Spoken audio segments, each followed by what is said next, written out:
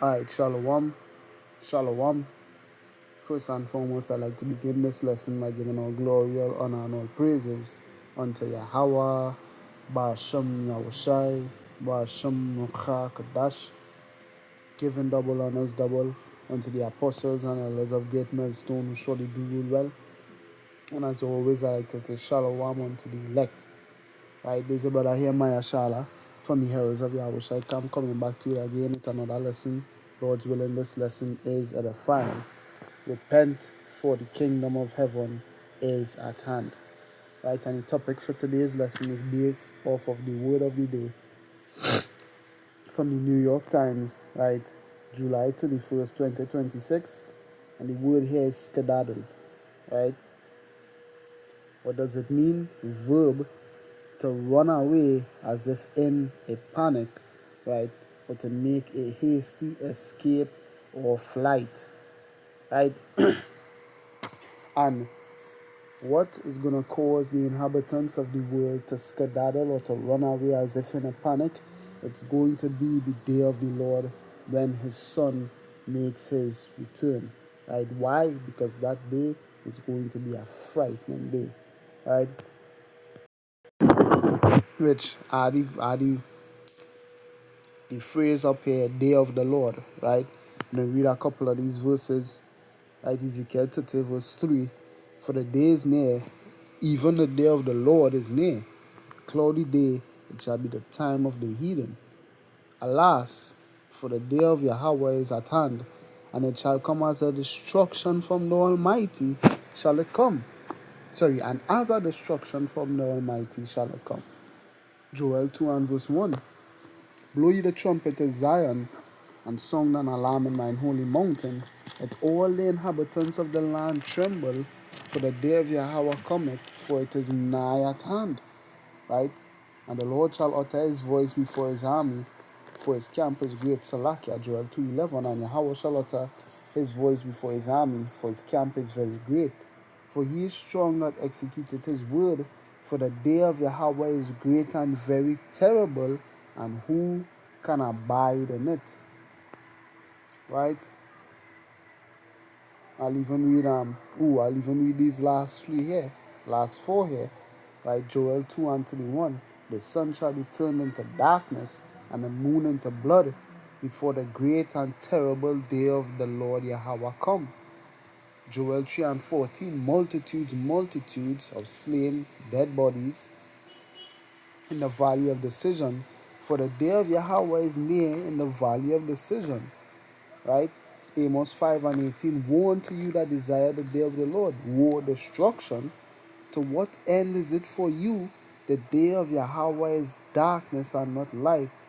Amos 5 and 20. Shall not the day of Yahweh be darkness and not light, even very dark, and no brightness in it? Right? So the day of the Lord is going to be a very frightening and terrible day, and that day shall cause the inhabitants of the earth to skedaddle, which is what? To run away in fright and in terror. Right? We even have other prophets given more in-depth, right? Or more I would say more detailed, right? More detailed visions of the day of the Lord. Right? Habakkuk saw the day of the Lord, Habakkuk 3, and read in verse 1. A prayer of Habakkuk, which I also want to read this in the NIV after. Right? A prayer of Habakkuk, the prophet upon Shigionoth. O Yahweh, I have heard thy speech and was afraid. What did the Lord tell him? O Lord, revive thy work in the midst of the years. In the midst of the years, make known in wrath, remember mercy. Right? Why is Habakkuk telling the Lord or asking the Lord to remember mercy? What did he see? Well, verse 3, power came from Timon, and the Holy One from Mount Paran, Salah. His glory covered the heavens, and the earth was full of his praise, and his brightness was as the light. He had horns coming out of his hands, rays of light, laser beams from the chariots, and there was a hiding of his power. Before him went the pestilence, and burning coals went forth at his feet. He stood and measured the earth. He beheld and drove asunder the nations, and the everlasting mountains were scattered. The perpetual hills did bow. His ways are everlasting. I saw the tents of Cushan in affliction, and the curtains of the land of Midian did tremble. Was Yahweh displeased against the rivers? Was thine anger against the rivers? Was thy wrath against the sea, that thou didst ride upon thine horses and thy chariots of salvation? Right? Showing you what? Habakkuk saw the chaotic vision of the day of the Lord. Right? And you think these people wasn't trying to skedaddle? You think these people wasn't trying to run away because they was afraid? Yes, they were. Reading this in the NIV, we're going to read till verse 8. Right? Habakkuk's prayer is the heading here. Prayer of Habakkuk, the prophet, on Shigionoth. Yahweh, I have heard of your fame. I stand in awe of your deeds, Yahweh. Repeat them in our day. In our time, make them known. In wrath, remember mercy. Power came from Timon, the Holy One from Mount Paran. His glory covered the heavens, and his praise filled the earth. His splendor was like the sunrise, rays flashed from his hand where his power was hidden. Right? Verse 5. Plague went before him, pestilence followed his steps. He stood and shook the earth. He looked and made the nations tremble. The ancient mountains crumbled. The age-old hills collapsed. But he marches on forever. I saw the tents of Cushan in distress, the dwellings of Midian in anguish. Were you angry with the rivers? Was your wrath against the streams? Did you rage against the sea when you rode your horses and your chariots to victory? And the answer was yes, he was angry. That is why he was destroying the places where his feet treaded, right? Because what he was dispensing judgment and justice. Book of Revelation chapter 19 and verse 11. And I saw heaven opened, and behold, a white horse, and he that sat upon him was called Faithful and True, which is a white horse we're reading about. Same thing Habakkuk said or saw in Habakkuk 3 verse 8, the chariots of salvation. And he that sat upon him was called Faithful and True, and in righteousness doeth he judge and make war. His eyes were as a flame of fire, and on his head were many crowns. Why? Because he destroyed the kingdoms of the earth, and he had a name written, a rank that no man knew but he himself. And he was clothed with a vesture dipped in blood, and his name is called the Word of Power. And the armies which were in heaven followed him upon white horses, clothed in fine linen, white and clean, and out of his mouth goeth a sharp sword, that with it he should smite the nations. Which would what? If men was standing there in the presence of the Lord, that would cause them to run. Right? And he shall rule them with a rod of iron, and he treaded the winepress of the fierceness and wrath of the Almighty power. And he had on his vesture and on his thigh a name written, King of Kings and Lord of Lords. I saw an angel standing in the sun, and he cried with a loud voice, saying to all the fowls that fly in the midst of heaven, Come and gather yourselves together unto the supper of the great power, that ye may eat the flesh of kings, and the flesh of captains, and the flesh of mighty men, and the flesh of horses, and of them that sit on them, and the flesh of all men, both free and bond, both small and great. And before these men were put to death, right, for those birds to devour their carcasses, did they think they didn't try to skedaddle? Yes, they did, right? And I saw the beasts and the kings of the earth and their armies gathered together to make war against him that sat on the horse and against his army. So these men weren't wise enough to skedaddle, right? They tried to fight this man. And the beast was taken, and with him the false prophet that wrought miracles before him, with which he deceived them that had received the mark of the beast, and them that worshipped his image. These both were cast alive into a lake of fire burning with brimstone, and the remnant was slain with the sword of him that sat upon the horse which sword proceeded out of his mouth, and all the fowls were filled with their flesh. Right? I have another vision for you here we could read about. This is the book of Zechariah chapter 5 and reading verse 1. Right? I also want to get this one in the NIV. If you could just bear with me here.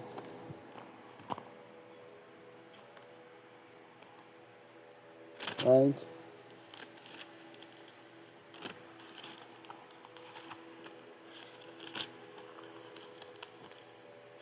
Right, here. So Zechariah 5 and 1 reading first in the KJV. Then I turned and lifted up mine eyes and looked, and behold, a flying roll. And he said unto me, What seest thou? And I answered and said, I see a flying roll, the length thereof is 20 cubits, and the breadth thereof 10 cubits. And he said unto me, This is the curse that goeth forth over the face of the whole earth. For everyone that stealeth shall be cut off, as on this side according to it. And everyone that sweareth shall be cut off, as on that side according to it. I will bring it forth, saith Yahweh of hosts, and it shall enter into the house of the thief, and into the house of him that sweareth falsely by my name, and shall remain in the midst of this house, and shall consume it with the timber thereof and the stones thereof. Right? So what is this talking about? This talking about the same horse Yahushua riding on, right? Which the armies which were in heaven following him upon their own white horses. This talking about the same chariots of salvation, the so-called UFOs, UAPs that you all people commonly misidentify these things as. It's the chariots of the Lord, right? Zechariah 5 and from verse 1 we reading in the NIV. I looked again, and there before me was a flying scroll. He asked me, What do you see? I answered, I see a flying scroll 20 cubits long and 10 cubits wide. And he said unto me, This is the curse that is going out over the whole land. For according to what it says on one side, every thief will be banished, and according to what it says on the other, everyone who swears falsely will be banished. The Lord Almighty declares, I will send it out, and it will enter the house of the thief, and the house of anyone who swears falsely by my name. It will remain in that house and destroy it completely, both its timbers and its stones, which thieves or what men swear falsely by the name of the Lord. Another word we could use to describe those men, sinners, right? This flying roll is coming to destroy the sinners of the land. When those sinners see this flying roll, they don't think they're going to try to skedaddle, they don't think they're going to try to run. Yes, the ungodly sinners shall run from the horse and its rider. Why? Because the horse and its rider seeks to destroy those same ungodly sinners. This is the book of Isaiah 26 and reading from verse 21.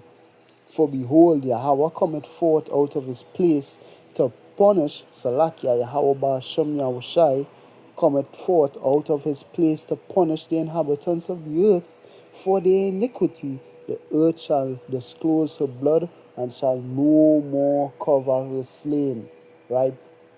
This horse and its rider, Yahushai, are tools of judgment the Lord plans to use to dispense upon these ungodly sinners. Right? Again, as Jude chapter 1 verses 14 says, right? He seeks to convince all the ungodly of all the ungodly deeds which ungodly sinners have ungodly committed, and of all their harsh speeches which ungodly sinners have spoken against him. Right?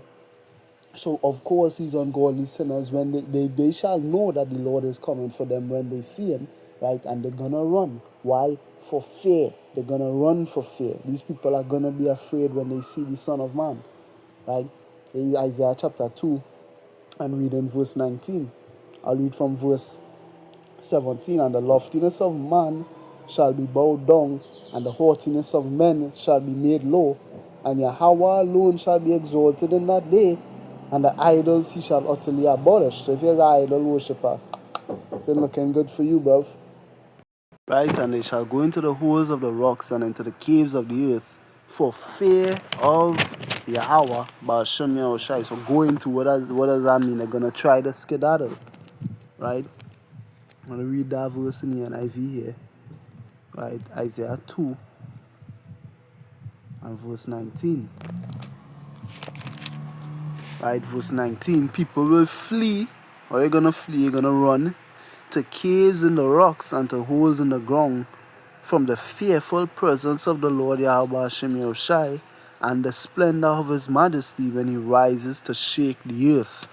Right, verse 20 back in the KJV, in that day a man shall cast his idols of silver and his idols of gold, which they made each one for himself to worship, to the moles and to the bats, to go into the clefts of the rocks and to the tops of the rugged rocks for fear of Yahweh Hashem Yahushai and for the glory of his majesty when he ariseth to shake terribly the earth. Showing you what that is the vision right there. Isaiah saw the vision of the men seeing the Lord and then doing what? Running. Right? Because that's the only response they could have been given to try and escape their judgment. Right? Reading Revelation 6 from verse 15, and the kings of the earth, and the great men, and the rich men, and the chief captains, and the mighty men, and every bondman and every free man hid themselves in the dens and in the rocks of the mountains, and said to the mountains and rocks, fall on us, and hide us from the face of him that sitteth on the throne, and from the wrath of the Lamb. For the great day of his wrath is come, and who shall be able to stand? And the answer is no one. Right? There's wisdom of Solomon chapter 5 and reading from verse 1.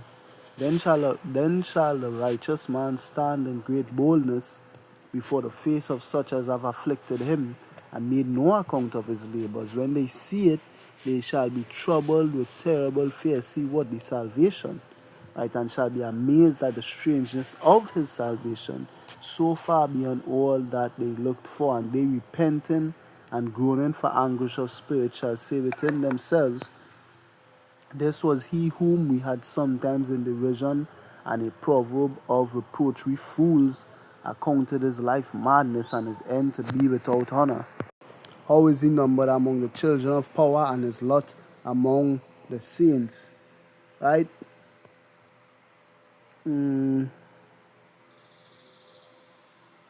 Right. So showing you what?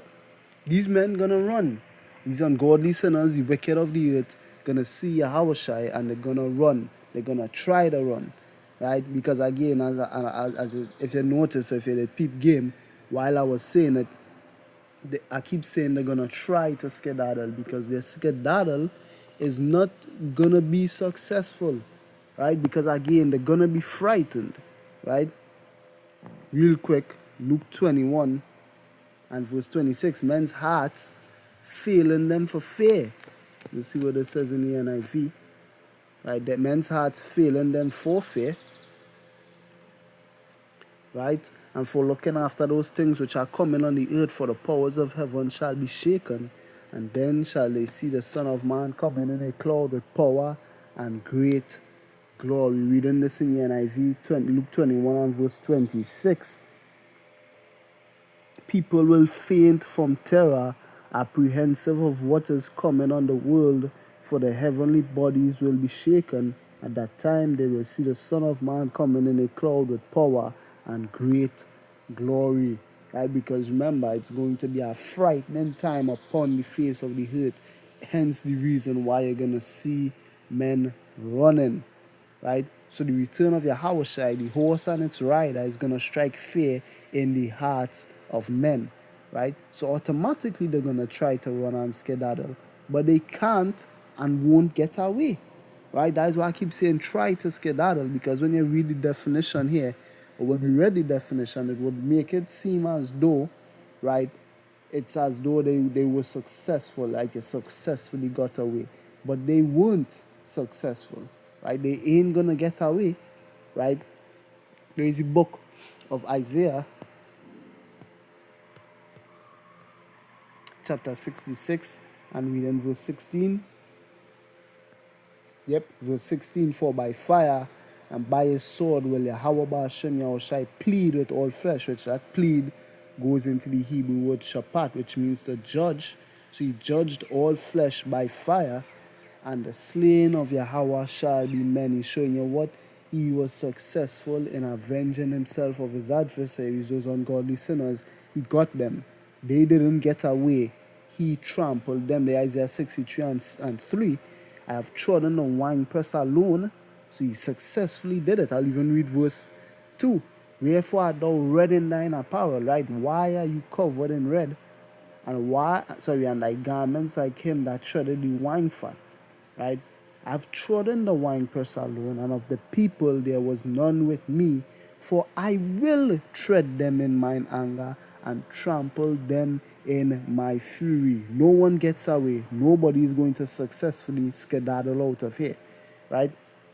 And their blood shall be sprinkled upon my garments, and I will stain all mine raiment, for the day of vengeance is in mine heart, and the year of my redeemed is come. Showing you what no one got away, no one was successful in what trying to run or hide from the Son of Man. Right, I'm going to close with this precept. Second is just 13 and 11, and they were all mixed together. The blast of fire, the flaming breath, the great tempest, right? All representative of the chariot strike, and fell with violence upon the multitude which was prepared to fight. So these men weren't wise enough to run away either, and burned them up every one, so that a sudden of an innumerable multitude, so that upon a sudden of an innumerable multitude, nothing was to be perceived, but only dust and smell of smoke. And when I saw this, I was afraid, right? The ungodly men of the earth, whom the Lord seeks to meet and punish for all the ungodly deeds which they have ungodly committed, shall not be successful in their attempt to skedaddle. Right? So, Lord willing, this lesson was edifying and that you were edified. In closing, I like to say, Kal halal yamla Yahweh, Ba'asham Yahushai, Ba'asham Rakha Kadash. I like to give double honors, double honor to the apostles and elders of Great Millstone, who surely do rule well. And as always, I like to say shalom unto the elect. This was a brother here, my Ashala from the Heralds of Yahushai camp, right? Saying shalom, repent, for the kingdom of heaven is at hand.